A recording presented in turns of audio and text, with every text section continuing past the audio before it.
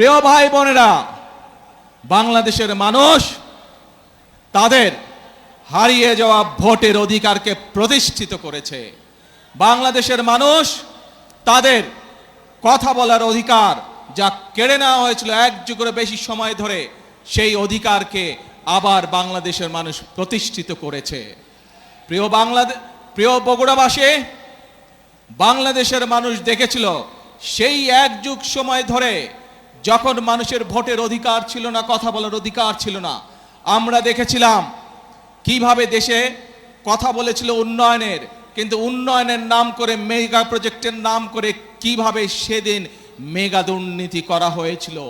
বাংলাদেশ থেকে এই দেশের মানুষের লক্ষ লক্ষ কোটি কোটি টাকা কিভাবে বিদেশে পাচার হয়েছে দেশের মানুষ দেখেছে সেটি।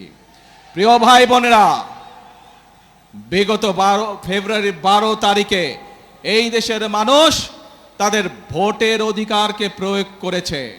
যেই অধিকার কেড়ে নেওয়া হয়েছিল, ভোটের অধিকার প্রয়োগ করার মাধ্যমে বাংলাদেশের মানুষ রায় দিয়ে দিয়েছে যে দেশের মানুষ কাদেরকে দেশের দায়িত্ব আগামী 5 বছর দিতে চায়।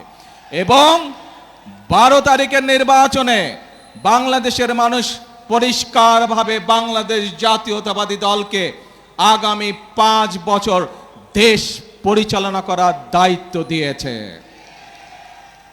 প্রিয় ভাই বোনেরা, নির্বাচন হয়েছে। নির্বাচনের আগে দিয়ে আমরা বলেছিলাম দেশের মানুষকে যে কিভাবে আমরা যদি দায়িত্ব দেয় দেশের মানুষ, তাহলে আমরা কিভাবে দেশ পরিচালনা করব।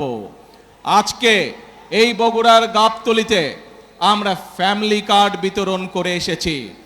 দেশের মানুষের সামনে প্রতিশ্রুতি দিয়েছিলাম যে বিএনপি যদি সরকার গঠন করতে সক্ষম হয় আল্লাহর রহমতে, তাহলে এই দেশের মায়েদেরকে স্বাবলম্বী করার জন্য আমরা ফ্যামিলি কার্ড চালু করব।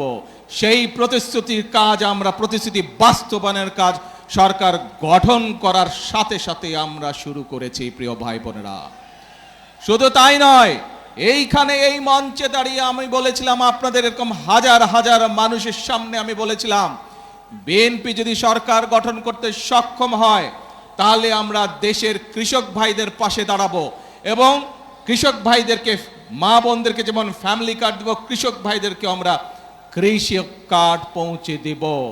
প্রিয় ভাই বোনেরা, সেই কাজেরও বাস্তবায়ন আমরা শুরু করছি পর্যায়ক্রমিকভাবে। শুধু তাই নয়, এই মঞ্চে দাঁড়িয়ে আমি আপনাদের সামনে বলেছিলাম বাংলাদেশ জাতীয়তাবাদী দলের পরিকল্পনা ছিল আমরা যদি সরকার গঠনে সক্ষম হই, তাহলে যে সকল কৃষক ভাইদের 10,000 টাকা পর্যন্ত কৃষি ঋণ আছে, সেই কৃষি ঋণ সুদ সহ আমরা মওকুফ করব সরকার গঠন করলে। ইনশাআল্লাহ আল্লাহর রহমতে আপনাদের দোয়ায় সেই কাজটিও আমরা সরকার গঠনের প্রথম 10 দিনের মধ্যে ইনশাআল্লাহ সম্পন্ন করেছি, যার ফলে সারা বাংলাদেশে 12 লক্ষ কৃষকের ঋণ মওকুফ হয়ে গেছে সুদ সহ। প্রিয় ভাই বোনেরা, এই যে পাশে বায়তুল হাফিজ জামে মসজিদ, আমরা এই মঞ্চে দাঁড়িয়ে আমি আপনাদের সামনে বলেছিলাম বাংলাদেশ জাতীয়তাবাদী দল বাংলাদেশের মানুষের কাছে প্রতিশ্রুতি দিয়েছে যে সরকার গঠন করতে আমরা সক্ষম হলে পরে এই যে মসজিদ বলেন, এতিমখানা বলেন, এখানে ইমাম সাহেব আছেন, মুয়াজ্জিন সাহেব আছেন, খতিব সাহেব আছেন সহ অন্য ধর্মের যে ধর্মীয় গুরুরা আছেন, তাদের জন্য আমরা সরকারের পক্ষ থেকে সম্মানের ব্যবস্থা করব, যাতে এই মানুষগুলো একটু আত্মসম্মান নিয়ে বেঁচে থাকতে পারে। প্রিয় ভাই বোনেরা, আপনাদের দোয়ায় আল্লাহর রহমতে আমরা ইনশাআল্লাহ সেই কাজটি আলহামদুলিল্লাহ বাস্তবায়ন করতে সক্ষম হয়েছি।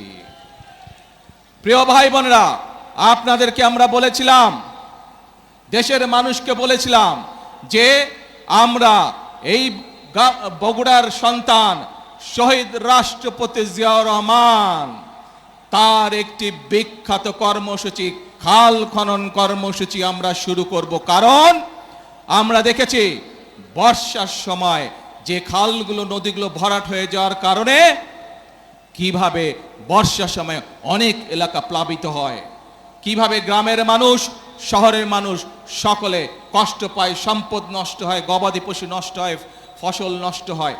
এই সমস্যার সমাধান করতে হবে।